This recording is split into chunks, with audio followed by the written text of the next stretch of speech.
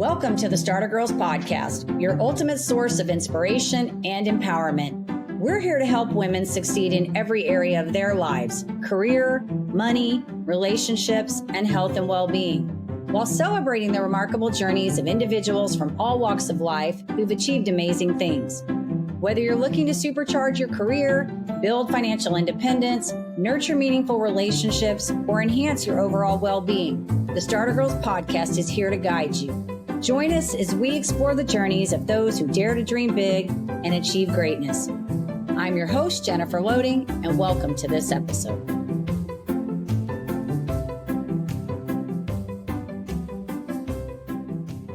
Welcome to another episode of the Starter Girls Podcast. Wherever you are tuning in today, we are so thrilled to have you. I am your host, Jennifer Loading, and I'm so excited about my guest today.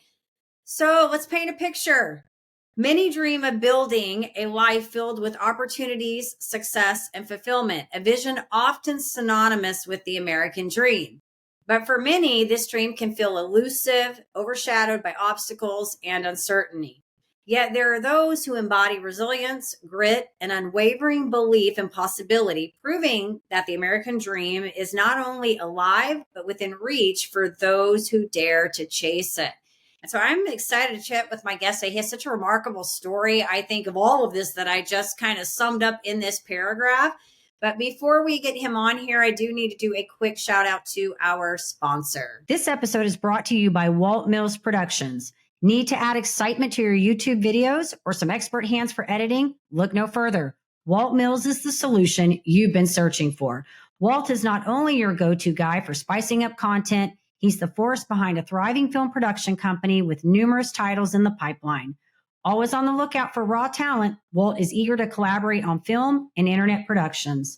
With a background deeply rooted in entertainment and promotion, Walt Mills leverages years of skills to give you the spotlight you deserve.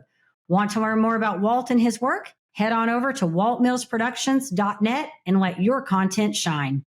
All right. And with that, we are ready to bring our guest on today. So my guest today is a shining example of this spirit.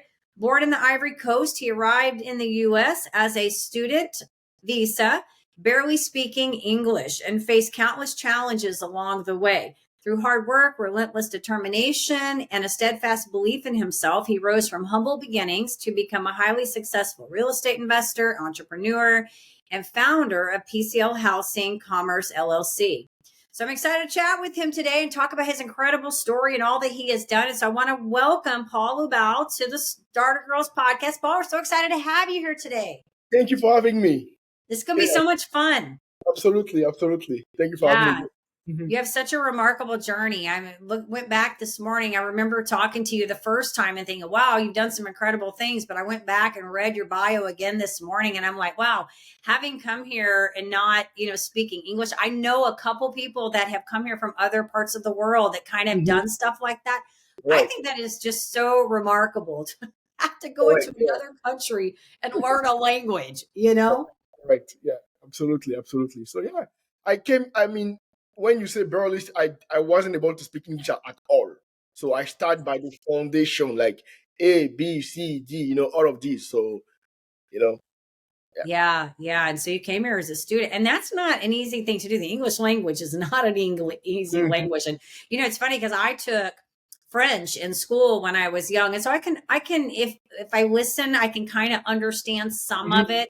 But to me, as an adult, it is so hard to learn languages, we get so accustomed into our thing. And then I will meet people that know 4 and 5 languages. And I'm so impressed. I'm like, how do you keep them all straight? I would just feel like I'd be mixing them all up, So it's awesome. So tell us a little bit, because you've done a lot of things. I want to talk about first a little bit about what you're doing right now with your LLC and your business, and you're here in the Dallas market as well with me. So walk us through a little bit about what you're doing with your customers and how you're helping them. Yes. Yeah, just to give a little bit of background. So as you present, and you did great on it, I'm from Ivory Coast, so I speak French. I came here 8 years ago. The main reason why I came here to become a stockbroker. That's why I moved from France to the United States. So when I came here, I took 1 year to learn English and 2 years to get my MBA in business. And then after that, I moved from Oklahoma City to Dallas. where I start to applying for a job and try to become a stockbroker.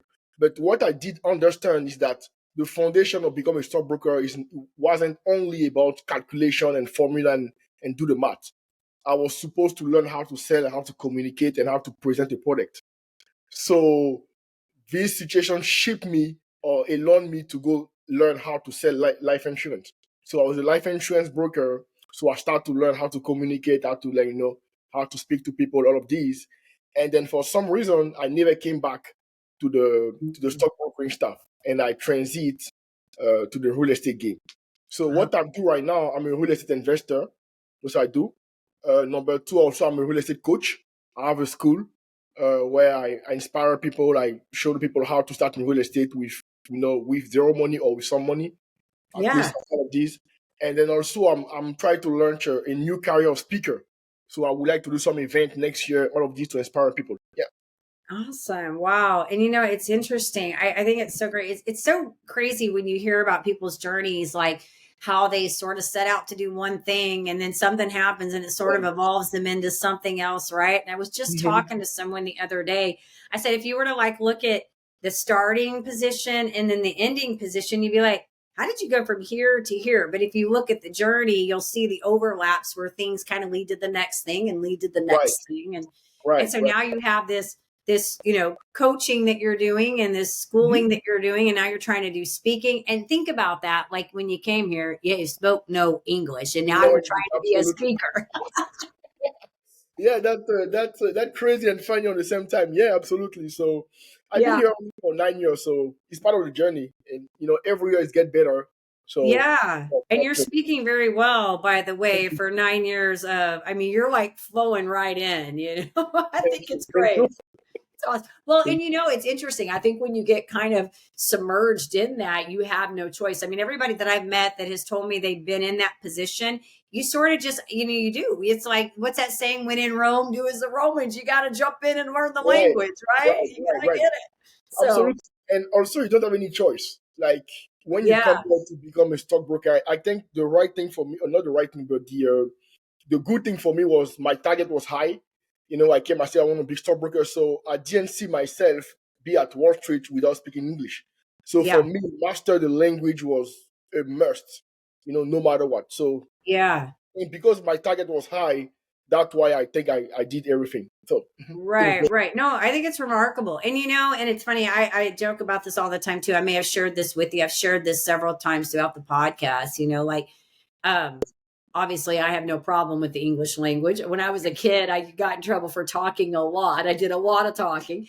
I find it quite funny, and I want to ask you this question in just a minute, but it's interesting because when I was little, I've sort of kind of had this where I've gone back and thought, when I was little, I used to do a lot of this stuff. Like back in the days, like we used to have the cassette players with our little boom boxes, and I'd put my cassette in there and I would record myself talking and teaching people things, which is kind of really what I do now in my grown-up life. And I would create things. And so I think it's kind of funny how we sort of, I had a guest come on one time that said our strengths find us. They catch up with us. So I guess one of the questions I want to ask you is, when you were younger, did you see yourself in this position where you would be training other people and maybe leading and kind of mentoring and being in this place that you are now? Not really, but what I can say is that as a not as a high school and elementary school student, I had always this desire to help other students, understand something. So I was always the one who went to my friend and said, "Hey, do you understand that? Okay, let me explain you. Come over to my place so we can work on it together." And I was enjoying explaining stuff and coaching people on the same stuff. So when now my friend discovered that I'll become a coach, they said, "Oh yeah, we knew that because he's been doing that all his life, even at school." Yeah, so, you had that kind of helper. Yes, I had it. So I didn't plan to become a coach. Like I came here to become a stockbroker. So my journey was on my mind, learning the game, learning English, learning the culture, go to school, and also on the same time work in the hedge fund or private equity fund, and then go open my own company. That was my plan. Yeah. So this road of sales and coaching and real estate life put me there, and then I just Yeah, it definitely. Right, right. No, I think it's a remarkable journey, and there's so many things about it that I think, having gone through and weathering, moving from a new country, coming and learning and adopting the culture and the people and all of that, I think, and then the languaging, and then not only that, getting your MBA. I think there's a lot to be in a very short time. You did all this like really fast. It's not like it gets stretched yes, out forever. absolutely. Like for the NBA, it was pretty easy for me because uh, you can ask any African or French people. The school back there is way harder than here. Okay. So here, as long as you learn the language, it becomes just easy for you to. Yeah. Just to Yeah. give an example, for example, in France or in Africa, there is no study guide. Here, before doing the test, they tell you, okay, chapter 1, chapter 3, chapter 4. In Africa, if there is 20 chapters, they don't tell you anything. You need to memorize everything and come to the test. Gotcha. So Wow. when I came here and people say, hey, you're going to be test on chapter 8 and 10, I say, You're it's like, I over. got this. Check. It's over. So getting an MBA wasn't very difficult for me. Learning the Yeah. language was difficult when I master, all the communication skill, writing skill, listening, all of these, it was pretty easy. Yeah. Yeah. And then I also learned understanding people, like, right? Like, okay, so I'm going to tell you, I was in the network marketing space for 20 years, meaning I worked with women for a very long time. I think you got to be a master at this, right? Like figuring women out. I haven't figured them out, but I will tell you this. I did learn a lot about people doing that in that role because I was building teams. And so I Mhm. was not only selling to clients, but I was also recruiting people to come in, and I was helping them basically build their business, kind of like what you're trying to do in your world, helping people in the real estate. So I was helping them in that space. But it's interesting doing all that. I learned a lot. I learned a lot about people. But then another turning point was when I started doing the podcast, which I've been doing this particular show since 2019. So I've been podcasting now for over 5 years, which means I've met a lot of incredible people like you. And it's interesting because when I was in that network marketing space, I was kind of in a bubble, so to Mhm. speak, because I was in that world and we didn't network much outside of that world. And when I came out of that, I started networking with a lot of different people in insurance, people in Mhm. finance, people in this industry, in this industry. And it really opened my eyes to a lot of more different people. You know what I mean? And you're probably finding that, in the years now that you've been working, the more you work with people, you start learning the different things. I start finding that there's patterns with people. They do a lot of similar things, right? Like they have different reasons why they do them, but the baseline's always the same. Right. So Mhm. you learn a lot about that interacting with people about them and how to do the different things like selling and closing and how to navigate that and stuff. And so it's remarkable because I think, having to learn the language and navigate those are like two different things you got to pick up. You got to pick up, like, right? What is it like the soft skills space, basically learning Right. soft skills, right? And then you got the language. Two different things. Yeah, absolutely. Yeah. So, So I love it. I love it. So I want to talk to you a little bit about, kind of the entrepreneur journey because a lot of the people listening to this are, I mean, we get obviously other people, and it's not everybody's entrepreneurs, but a lot of the people in our circle, because we're in that space, are people that are in business that are looking to either start or they're in the middle of it or they're trying to advance their business. So I would love to know, maybe aside from the languaging, because you mastered that, you got that down, but any other things you had to work through when you like started your LLC and really started getting into this your business thing, what you're doing. yes. So I will I will strongly advise anybody who would like to start this journey of entrepreneurship to master sales and marketing, because at the end of the day, this is what I say to my friend all the time. I say the first line on the P&L is revenue. So that means you can have a good idea, you can have a very good strategy, all of these good products, you need clients. Yeah. So by me learning the sales game was pretty easy for me when I decide to become an entrepreneur, because the Okay. first thing I have to do is to get money, get clients, Yeah. convert lead, convert deals. So I will say that sales was very, very, very important for me. Without sales, I would not be where I am right now. Even in the real estate game, when I try to take a deal down, negotiate on the buyer or either seller side, it's all about selling yourself.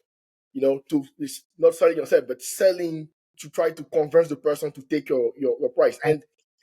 And most people think there is a difference between that and like applying for a job. And when you go to an interview, you do a sales too, because you need to Thank you. convince the Yes. person to get that. When you try to date a woman, it sells. Everything is sales. Like everything in life is sales, is to convince somebody to take a position or control something.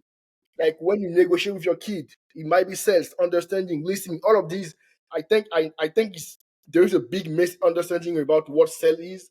They just believe that okay, sell is just like go lie to somebody to get some money. No, Right. selling is just learn how to listen, learn how to convey, learn how to read people. All of these is a sales game. So I think everybody should learn that either as a 9 to 5 or either as an entrepreneur, for sure. Yeah, I would agree with you on this. And you know what? One of the things that I always I heard this while I was in Mary Kay. She was a phenomenal woman, and she said that it's just as honorable to sell as it is to buy. I have never forgotten that. And we used to joke all the time about selling because we would say, what do you do think about women? When you buy a great pair of jeans, what do? You tell your friends. When you go get a good haircut, what do? You tell your friends. When you go to a good restaurant, what do? You tell your friends. That is Right, selling. Right? right. We are selling every day of our lives. Hey, And absolutely. yet we put, for a lot of people, it's almost like there's this just big fear around it. Right. But I think like what you're saying, and I'm listening to you, and I know we could probably talk about this because this is like a big area of conversation for me as well.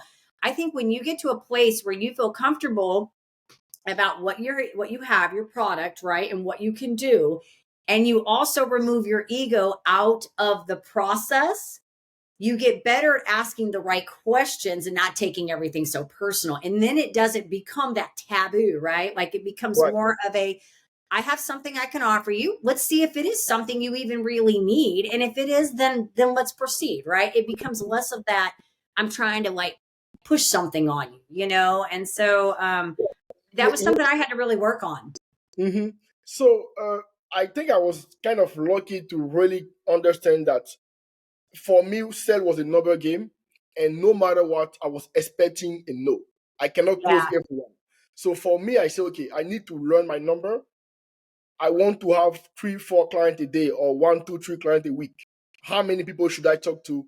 Yes. Knowing I will get a no.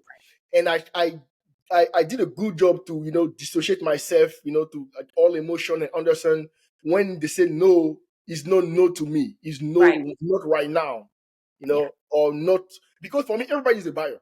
Yeah. They will not buy with me, but they will buy something else, maybe the same day. Somewhere They will else. send one the same day, or they will do that. So I always try to put on myself and say, like, if I don't close, I do understand that, okay, I cannot close everyone, but on the same time, I need to work on myself and improve my skill. Right. But for me, the no was part of the game. I Yeah. never took anything personally. No, never. Yeah, no, that's good. And you're talking about knowing your numbers. And that's a lot of what I had to do when I was in that position where I was selling those, like trying to meet those quotas. I knew my numbers and you maybe do this. I even got to a point, and for anybody listening to this, it's really good because I think this is important, especially when you're starting out, is to track things, like really Right. track what you're doing. And that's what you're saying here. You knew your numbers.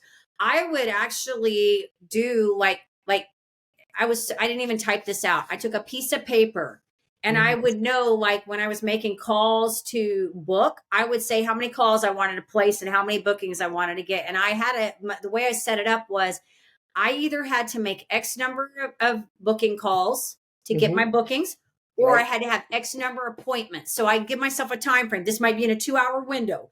It's actually, I think it was 3 because I did this 3 days a week. So I had 3 days a week, and I'd say from 9 to noon, that's when I was working.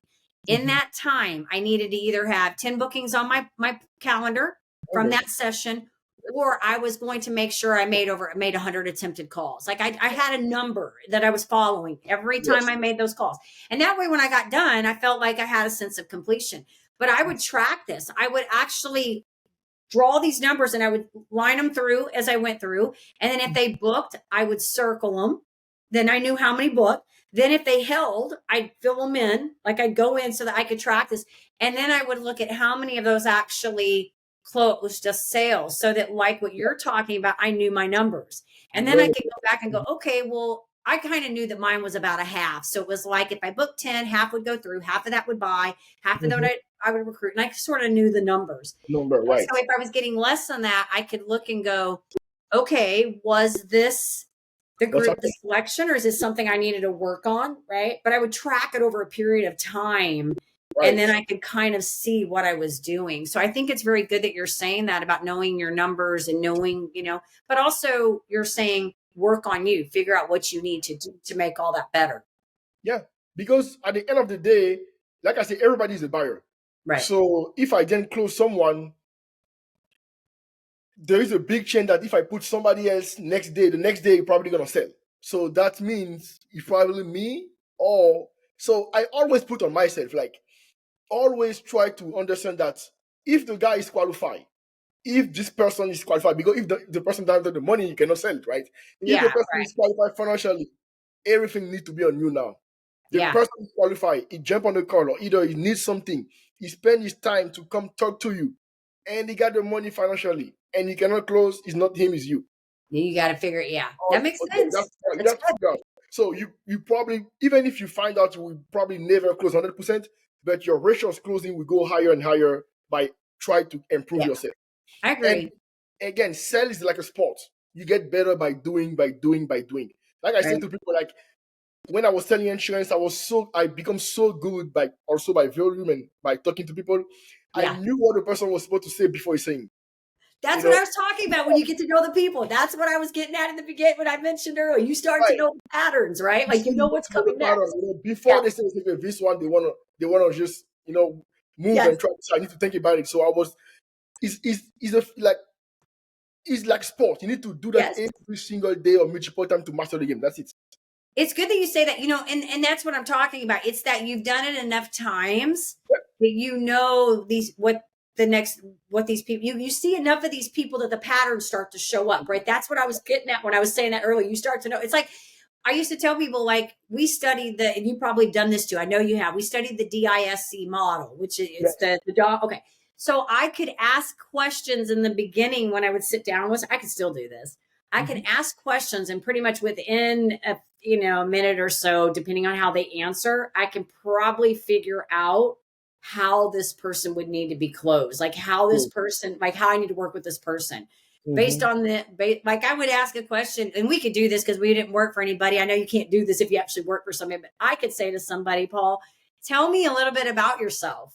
And depending on what they say right there, like where they go, if they start talking about their family, their accomplishments, like where they've been, like I just would listen. I'd be like, okay, now I know this person. I need to stick to the facts. I need to present a lot of information.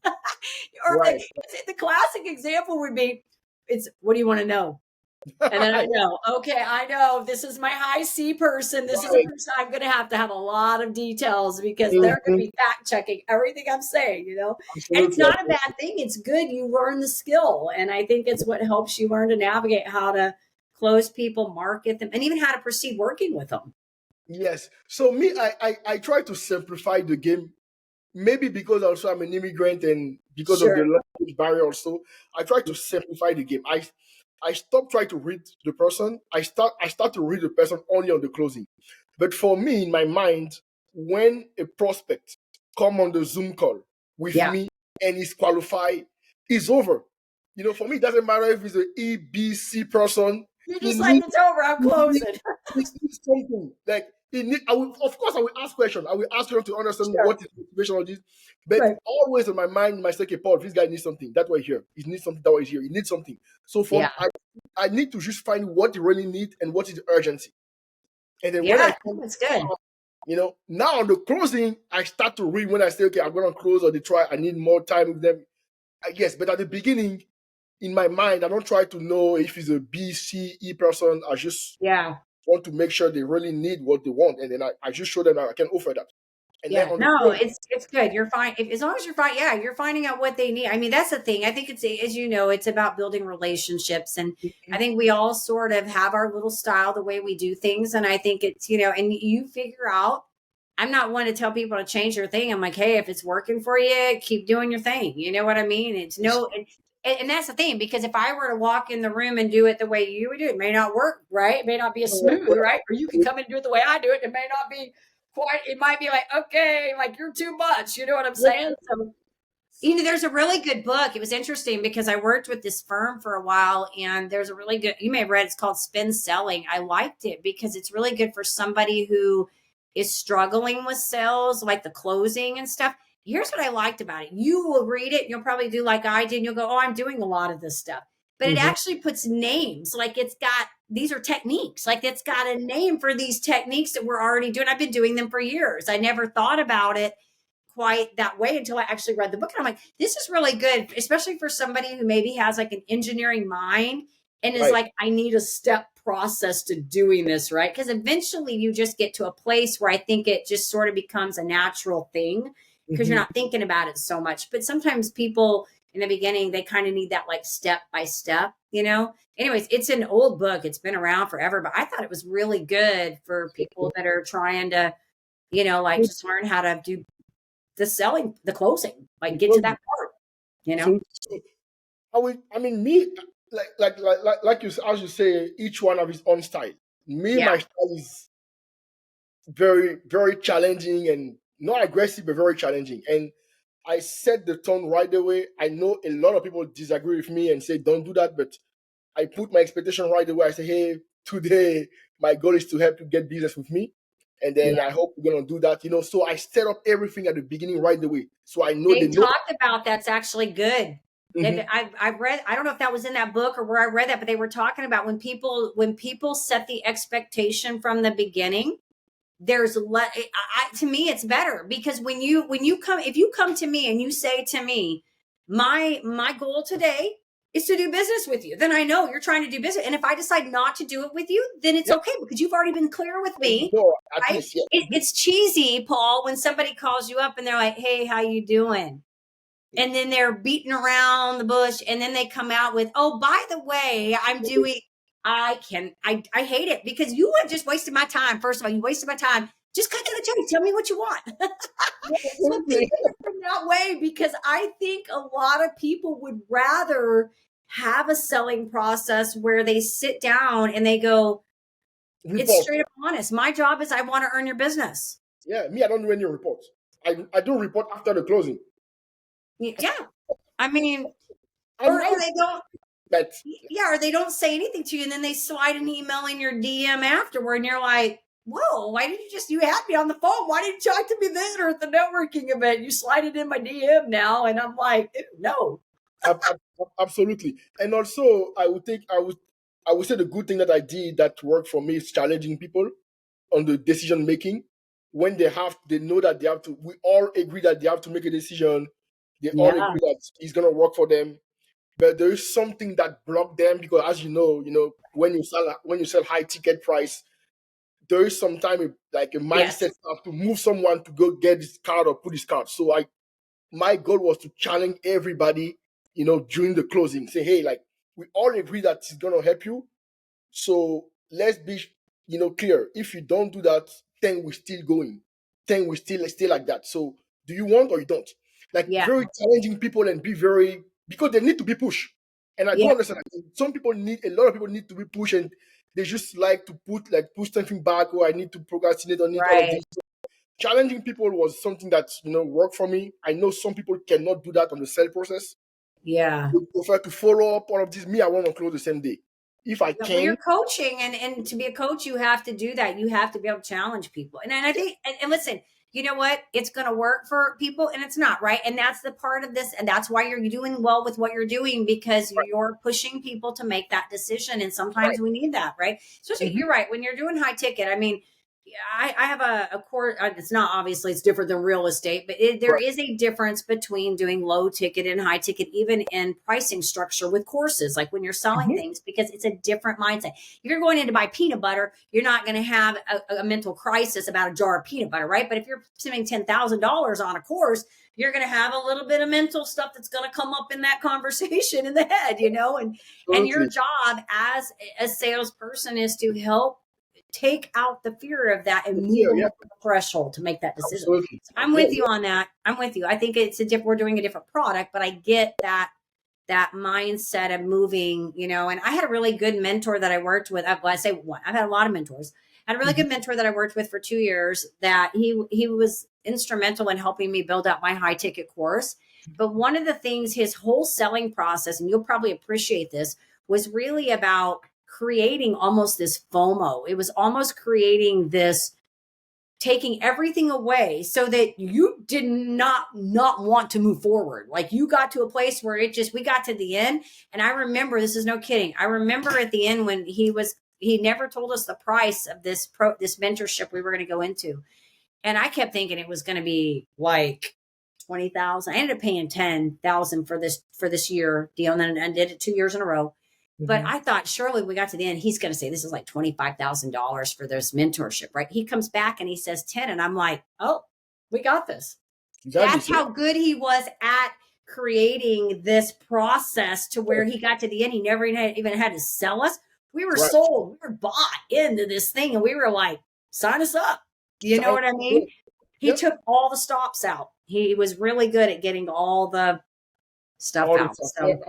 Absolutely. I would say the most challenging for me on the high sell ticket was qualifying people. Yeah. When I have to sell 6,000, 8,000, I need to make sure they have the money, because if they don't have the money, it will not work. Yeah, it's not going to work. I agree. If somebody make 4,000, 5,000 a month or 3,000 a month, they cannot pay. They will not. Even if you put it on payment plan, they will stop after 2 or 3 months. Yeah. So what do you feel like's helped you in that process? Like, is it you got better like at the line of questioning, like really probing, or do you have like kind of something that entry like they fill out when they come to you? Or yes. So at the beginning, I like on my VSL, on my funnel, I didn't put any qualifying question, and I was asking the qualifying question on the Zoom. But now I change. Now I ask the question of the qualification. Say, okay, do you have more than that? And then there you go. You get disqualified right away. Say, hey, maybe later we can do business together. Yeah. So I make sure everybody I talk to, I make sure. But some people lie too. They do. Some people lie, and then you discover that they're not very motivated. All of this, so but it's part of the game. Right. No, but this is good, and I love that you're saying this, because again, this is part of the process, right? Process, right? Like you do enough things for a while, and then you realize that ain't working. So what do? You change. You figure something out, right? It is a process to go through this, and I love that you're doing that. And interestingly, it's kind of funny because this is sort of when I was building out my high ticket, I had an application for this as well, and I still do. I just engineered back to get my funnel, kind of like you did. But now it's interesting because I'm going through all that process where it's like, I'm looking for a certain type of client, right? Like we're looking for a certain, because if you're going to sell a $10 item, that's a different kind of client, right? If you're going to sell a $1,000 item, that may be a different client. Now there may be some here that work to this level, but initially, if you go to a $10 client and say, I'm selling you 1,000, no, that ain't going to happen. So you better, this is really where I think it gets down to finding your 20% of your market, finding your right market, because when you find the right market, selling becomes easier. Right? Because you're selling to the right people. Oh, yeah, that's absolutely right. Yeah, absolutely. Yeah. And so we shouldn't be, this goes to anybody listening to this really, unless you're selling like window cleaner that anybody could buy. Most of us have a specific niche that we're trying to hone in on. And so the objective as a marketer should be really to find out, make sure you know what that market is that you're trying to get to, and find out what their pain points are and how you're going to target that and figure that out, because then you can figure out those specifics. So I love that you're doing that. Absolutely. Yeah. It's working. Good for you. Good stuff. I had no idea we were going to get into this whole sales call, but thank you for doing that. That has been my like, I was in sales obviously I'm still in sales now, but it's very different. When I was in the network marketing space, we were punching numbers and stuff. So I had to keep track of that, and I had to train people on this stuff. And, I used to talk about scripts because we had them, and I would always tell them, like the scripts are good. You need them when you start out, but eventually you've got to get to a place where you keep working at like what we're talking about here, that you get comfortable enough that you don't need that anymore, and you can kind of be human, because if you're always following that, then you get to that spot where they throw that stump question at you and you're like, oh, where's the script? I don't know what to do. They got off script. You know what I mean? So absolutely. And all that just comes from the practice that you are doing, obviously. So it sounds like you've talked to a lot of people. Yeah, when I was selling insurance, I was buying about 100 leads a week. I Wow. was calling, try to call 100 people. I was maybe talking over the phone to 80 and then book maybe 20 appointments, 25 a week. You were And doing like I was doing, see? I was sit down with 10 to 15 people every week for 2 years. So Good when for you see you. 20 people like a week for 2 years, you master sales. That's it. Yeah, you've done it. See, you've done what I did. I did that for many, many years. I used to call when I first moved to Dallas in 2004. I was part of a like welcoming neighbor thing. And I used to get the leads and I would call those. That's how I started. That's how I built here in Dallas because I came from Houston. I didn't know a single person when I came here. So I had became a director down there. So I had clients still down there. But when I came here, I didn't know a single person. So I basically had to start all over again and do exactly what I did there. And I ended up building it up and I did okay here, but a lot of what I did in the beginning is what you're talking about was those calls and People, yeah. week after week after week. And I hated it. I absolutely hated it, but I liked the results. I liked what I was getting, on the other side. And I met a Yeah, lot of I like the results. Yeah, absolutely. Yeah. and I had no kidding. When I left the company in 2022. I still had clients, no kidding, here that I had met in 2004 when I started, and I still had clients in Houston when I started in 99 that I Okay. did from those initial. Yeah, it was hard. When I left, I was actually sad because I found, like I hooked them up, but I was kind of sad because I'd done all this work and I'd had these people that for so long that I built these relationships. Like I saw their kids grow up and they saw mine, and then I was like, well, I needed to go into, I'd gotten what I needed from that was a season and I needed to do some different things. And I knew that was just it was becoming kind of a burden. So, Yeah, but learned a lot of great skills while I was there. So, absolutely. Pretty good. yeah, Pretty well, good. exciting. So, some fun things I want to ask you. Like, I want to know, like, what you have learned about yourself in this 8 years, this journey. I think what I learned about myself the most is I'm a big competitor. I like here in the United States is like this country awake my uh, the fact that I've challenged myself and I really want to be the number one. You know, I Yeah. know I'll probably not never be the number one of the whole country, but at least on my industry, on my circle, I always want to perform well. So I know some people will probably disagree with me on that, but I compare myself always to somebody in order Okay. for me to reach, As my kind of a target, like I see what you're doing. yes. Yeah. So I study people, but also at the same time I watch, what they do and how can Yeah. I get to their level. I don't challenge myself. I don't compare myself to me. Like people say, oh, compare yourself Right. like compare this journey to yourself. No, me, I compare always myself to someone. I say, okay, if this guy made that, I want to make that too. What should I do every day to get it? And I become obsessed with the process if I don't make it. You know, now I know it's not for everybody because you need to have a very strong mindset to, try to challenge somebody who make 10 million a year if you still make Yeah. one, stuff like that. So, but it's one thing that, I never had the chance to, you know, explore that. And it's something that now I have on me. So I like to compete. I feel that I'm like a sportif right now, Yeah. even in business. So I this is, don't think there's anything wrong with this if it's serving you well because I even like when I was in that mentorship, the guy that I was working with, we talked a lot about like Warren Buffett, Elon Musk, and Jeff Bezos, and I mean all of these, Charlie Munger. You probably are familiar with all of these. We talked about all of Ray Dalio. We talked about all. I would have never known. I mean, other than like you, I know obviously Elon Musk and Jeff Bezos. I would have never known about Ray Dalio or Charlie Munger, any of those, had I not been in that program. But he talked about this, talked about studying these people. And here's the thing, in all the years that I was in sales, we were always told to go up to people that were above us, right? Because if you're trying to grow and you're talking to people that are on the same level, it's great to have them for like maybe accountability or a peer group, but they're where you are and you're only ever going to rise to the people that where you're going. Like, right, you always have to put yourself in a circle with people that are ahead of you of where you want to be because you're going to keep rising to that level of the people that are in your circle. correct. So if you're the smartest person in the room, you probably need to go into a new room, right? And find Yes, them. yes, So yes. I don't know that that's bad, what you're doing. So what do you say to people who say, okay, you need to compare to yourself to one step at a time, don't watch anyone, get better, your competition is yourself. What do you say to that? Well, I think it depends, and you might agree, maybe do or don't. I think it depends on the person. Like you have a fire, like I have a fire. Like me, to look at people that are doing better than me inspires me. It kicks me in the butt because I look at them and I think, what are they doing? What do they have? Like, what is it they're doing? And I want to study it and I want to figure out. And I do the same thing. I find people that are doing what I want to do that are better, and I study what they're doing and try to think, what is it that people are like attracted to that? Like, you know what I mean? And it's not because I devalue myself. It's because I value my work and I like the competition and I like the learning.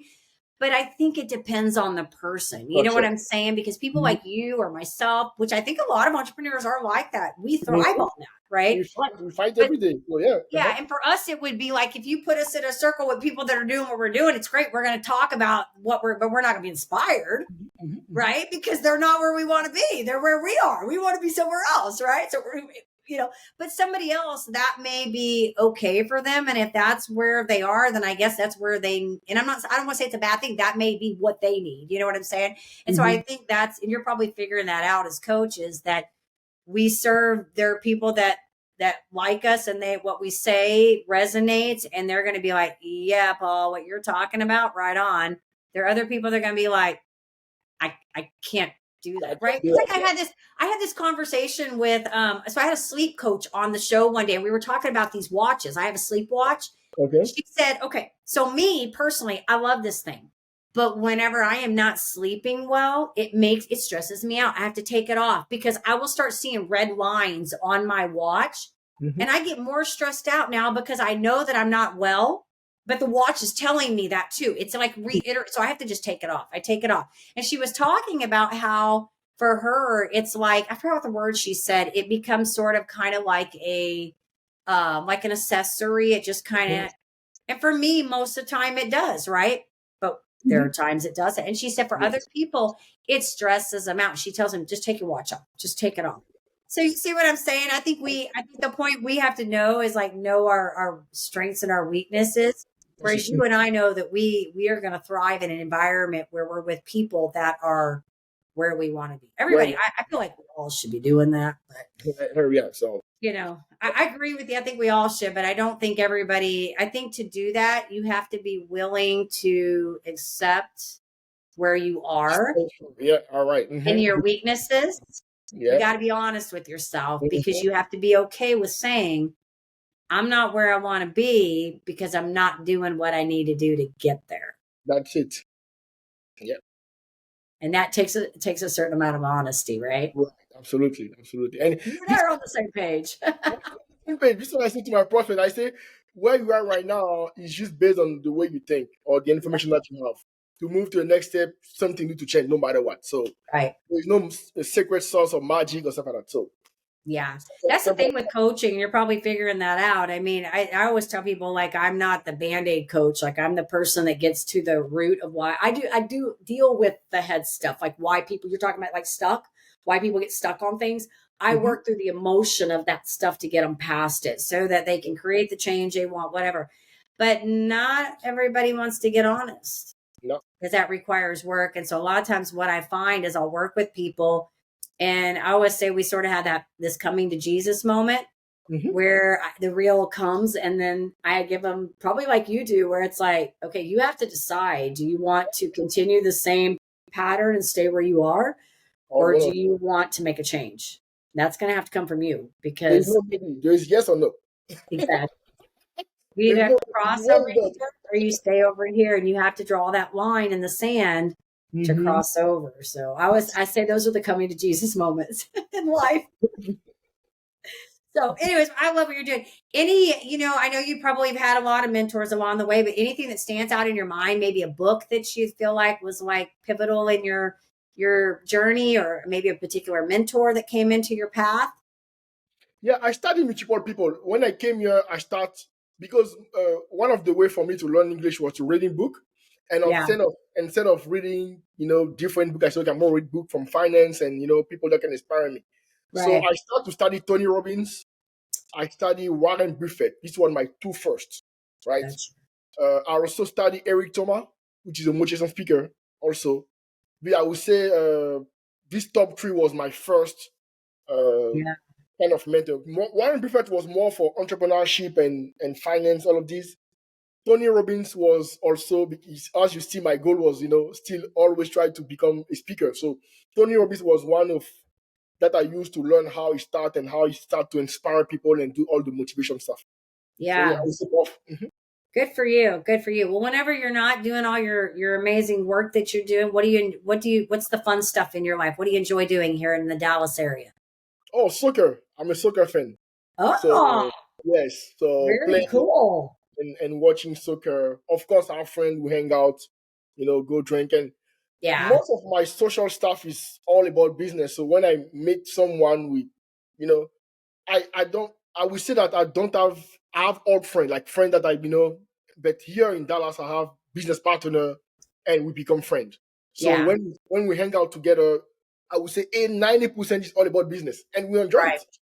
Well, and you enjoy what you do. So when you enjoy what you do, your work sort of kind of becomes your life and all that. So yeah, I mean, I get it. People always ask me, they're like, what do you like to do for fun? I'm like, well, I network and I mean, I do read and I do work out, but I mean, I podcast and I enjoy that because I get to have these conversations. Right.